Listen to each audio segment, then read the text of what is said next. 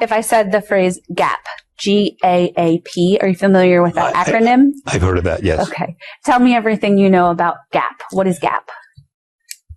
Generally accepted accounting principles. I don't know what's in GAP. I never took the CPA exam. Okay. And never studied for it. So I don't know all the various components of what GAP is. Are there any components you know about what GAP is? Not really. Okay. No. Great job, Allen Weisselberg. You played yourself, and you may get criminally charged again after the testimony you gave in court. I'm Ben Meiselas from the MeidasTouch Network. That deposition of Allen Weisselberg you just watched, that was like a highlight reel of the best moment of Allen Weisselberg's testimony compared to what went down in court on Thursday. There was a brief gap in Allen Weisselberg's testimony to make room for a banker at Deutsche Bank to testify and just completely obliterate Donald Trump's defense even more. But then Weisselberg went back to testifying in the New York Attorney General's civil fraud case, and it was a disaster. It was abruptly cut short when it appeared that Allen Weisselberg may have committed another crime of being involved in a conspiracy to obstruct justice and then committing perjury.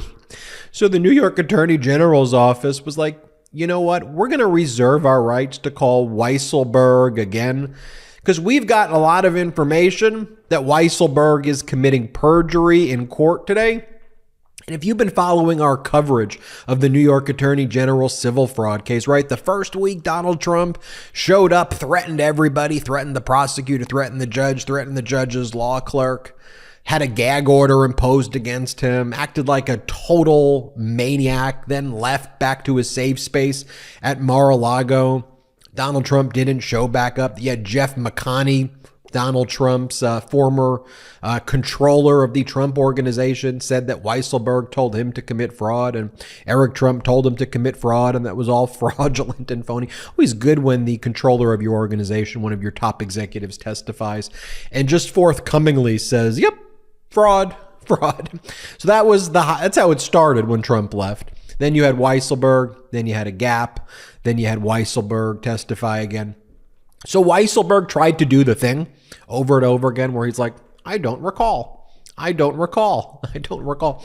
So the New York Attorney General's office, like, you don't recall that you signed this document that stated that the square footage of the Trump Tower triplex, for example, is 10,000 square feet, and you represented it at 30,000 square feet. You don't remember signing that? Let me show you the 1994 amendment that you signed. Like, this is what you signed, right? And this is what you later put in there. Isn't that the truth? Well, I don't recall. I didn't really even think that much about the triplex. I was focused on the bigger numbers.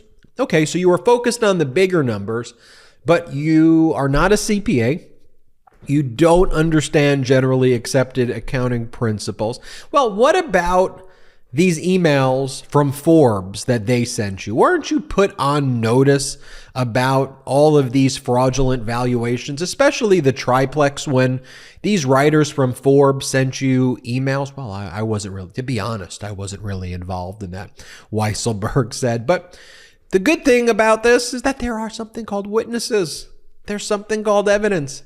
So the writers at Forbes did a story and they told the New York Attorney General, hey, we've got emails with Weisselberg where in very painstaking detail, we went through the square footage. Weisselberg saying he doesn't know is absolutely a lie. He's committing perjury. So great job, Weisselberg. You walked yourself into a perjury trap that you created for yourself in trying to protect Donald Trump, which is what you pled guilty to over a year ago in the Manhattan District Attorney's case, where you went to Rikers Island. You pled guilty to multiple felony counts of fraud, and you had to pay a $2 million fine for your fraud. But the $2 million fine, that number, $2 million, that sounds familiar. Well, the New York Attorney General's office, in its cross-examination of Weisselberg, introduced Weisselberg's severance agreement for $2 million to be paid with the last payment of December 31st, 2024. In other words, Allen Weisselberg, in cooperating with Donald Trump and being required to do and not do certain things in connection with criminal and civil cases being prosecuted by the state of New York and by the Manhattan District Attorney, Weisselberg was paid off $2 million. That sounds like a bribe. And the New York Attorney General's remember, this is a civil case. This is a case about monetary damage. This is a case about disgorgement, right? The Trump Organization has already been found liable. There's an appeal now over the dissolution of them. But this is a civil case brought by the New York Attorney General. There was a criminal case based on fraudulent tax benefits conferred upon Weisselberg and other executives brought against the Trump Organization by the Manhattan District Attorney. But this is the civil case. And here we have Weisselberg walking right into a perjury trap that he creates for himself. And so the New York Attorney General lawyer went into the severance agreement, and here's what it said. Employee promises, in exchange for the benefits provided in paragraph 2, the money, employee promises that through the ending date, employee will work in good faith to complete all assignments reasonably requested by the company, the Trump Organization, not to verbally or in writing disparage, criticize, or denigrate the company or any of its current or former entities, officers, directors, managers, employees, owners, or representatives, that he has not filed and will not hereinafter file any lawsuits, claims, or charges of any kind against the company or any of its entities, officers, directors, managers, etc. That except for acts or testimony directly compelled by subpoena or other lawful process issued by a court of competent jurisdiction, that Allen Weisselberg will not communicate with, provide information to, or otherwise cooperate in any way with any persons or any other entities. And so this is a subpoena that Allen Weisselberg received, so he was compelled to testify. But now, $2 million, and guess what? Weisselberg doesn't recall. I don't recall. I don't remember. I'm not sure. I don't recall. So then the New York Attorney General's lawyer said, okay, this document, this deed, this email, and when it became clear that Weisselberg was perjuring himself, all right, time out. We'll recall Weisselberg.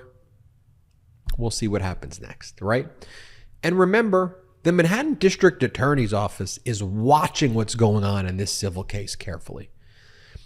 It seems to me, in my own opinion, if you look at this conduct, it appears to me to be obstruction of justice by the Trump Organization in connection with the prior Manhattan DA case, as well as this civil case. I've seen severance agreements before with language like this, but you got to be very careful with it in general. And this is incredibly problematic in the setting of criminal liability, where it appears to be a quid pro quo for buying silence, not allowing somebody to testify. It's deeply problematic.